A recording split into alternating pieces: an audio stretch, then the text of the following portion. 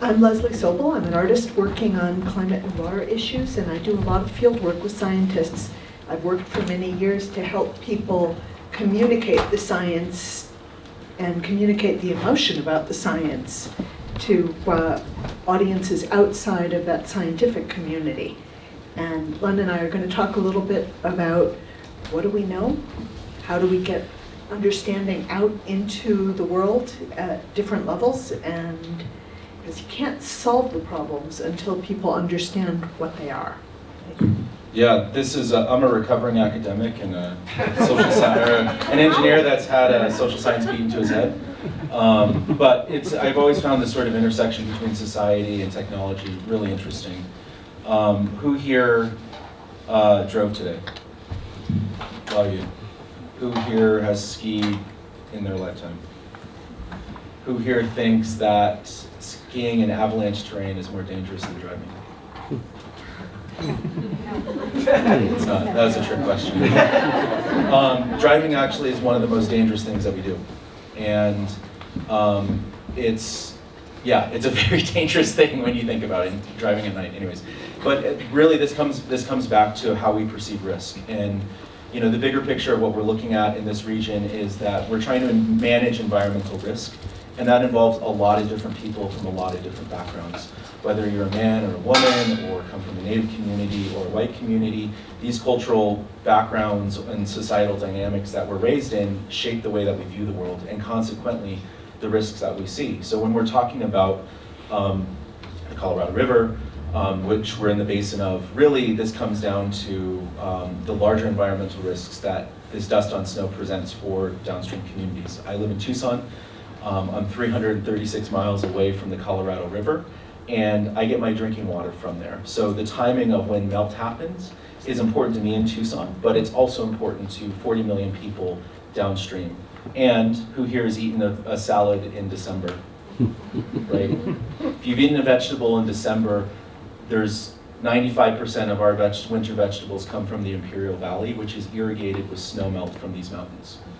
And that's true for across the United States. And so when we're looking at these interconnected systems and why our scientist friends here are so curious about this, is that it helps us make better decisions. And we start venturing into the realm of politics and other things that we'll talk about in a second.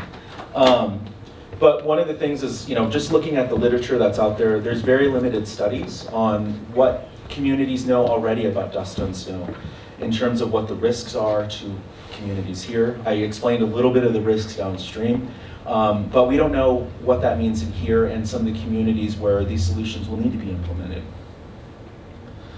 I think one of the things that we always have to think about is that how we perceive risks is not the same depending on where you're coming from. If you're a farmer in the San Luis Valley, or if you're a sheep herder on the Navajo Nation, your ideas about what the risks and around potential solutions or even just the impacts on snow are going to be wildly different. And we need to understand that because these solutions and policies are going to affect a lot of people. Who here is afraid of AI? Or has some fear of it? Who here thinks it's wonderful and scary? Or it's a wonderful thing? Right, so that's a great example, is that when we start looking at new technologies, often novel and new things are often deemed as scary, whereas things that we do every day, like driving a car, is actually less scary because it is familiar. So in many ways, our brains and the ways we perceive risks deceive us, and that's fine. That's how we've evolved as humans. You know, the big mountain lion is something we need to run away from. Whereas, you know, maybe saving for retirement is like a far-off thing that we're less concerned about. But you know, this really shapes our perceptions, and it really has an impact on the acceptability of policy in our societies. The other is that this is to the 401k comment. We as humans discount future risk. You know, the reason why climate change and addressing these issues is such a challenge is because we as humans are not wired to think about risks 100 years in the future. We're concerned about that mountain lion coming to eat us. And so when we start thinking about how do we implement policies and create solutions to get people to think about future selves or future people, that's where we really start needing to understand what are the sort of lowest hanging fruits of public perception. And really, it comes down to, if we know what people think, if we know how they see the world, we can create better policies and communications to get it out. So, rapid fire, there needs more research, of course, as every academic paper I've written, more research is needed. But we have some ideas, and these are just some general questions and things that Leslie and I have chatted about in the last few days. Right. So one of the things, particularly if you're looking at reaching out to kids, and I believe very firmly that K through 12 education is a key point to engaging the leaders of the future about how do we get this stuff across. You want to grab people's curiosity, and that means getting your hands dirty. When I was a kid, my parents gave me a microscope. My mom was a science teacher, brought home all the critters from her classroom, and that engaged me with science in a way that just going to school wouldn't.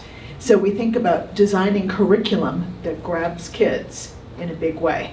So one of the projects that I'm thinking about is working with the Asombro Institute, which develops science curriculum that can be disseminated all across the area in ways to engage kids, who will then engage, hopefully, their parents to talk about what's happening. And kids can be a very effective way to get environmental change happening.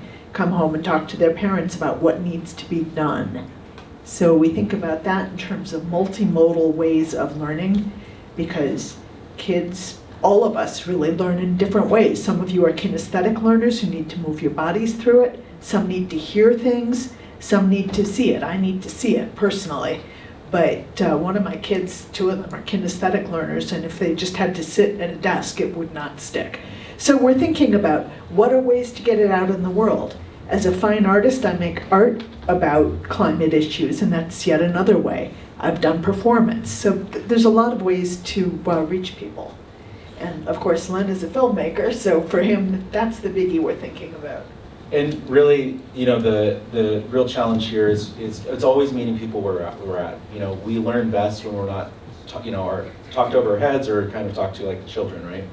And really, there's multimodal ways that Leslie had mentioned to engage with this. And of course, films are a great way. Who here has watched something on YouTube in the last week? Right? Everyone. I mean, we're all engaging in media and content. And really, the challenge that we have, for me as someone that has worked in this field and doing communication, is how do we spark the interest and curiosity of adults? You know, if we think about the ways in which kids approach the world, they're open to new ideas and new information, and I think we as adults have to try a little harder. But that's kind of where we have these amazing tools, such as film and storytelling, where we've seen some success. And actually, this is the lowest part of the San Juan, past Clay Hills. If anyone's familiar with that, past the waterfalls. That's probably where some of this dust is coming from. This is old sediment from Lake Powell. And of course, as an influencer myself, I have to put this out there. You know, one of the things that stood out to me in a recent study that was, I think, the National Literacy Institute did a study that 54% of Americans read at or below a 5th grade reading level. And of that, about 25% of people read, or below that at a 3rd grade reading level and are functionally illiterate. Fine. Those are the people that will be impacted by this. And I think really when we start thinking about solutions, we have to think about ways in which we can communicate and talk to our peers and adults that are getting primarily their information from social media. And I think there was another study that came out that was looking at what percentage of people under the age of 35 get their news from social media. It can vary, but it's around 50 to 60%, and that's their only source. So when we start thinking about how do we shape narratives and how do we find the people that people trust and can convey this information, and especially scientific information, we have to find the people that people look up to, trust the information that they provide, because that isn't always the scientists. And yeah, so there's some ideas here, but we'd love to hear from all of you when we start talking solutions about what could this look like? Are there more ideas? So thank you so much. Thanks. Thank you.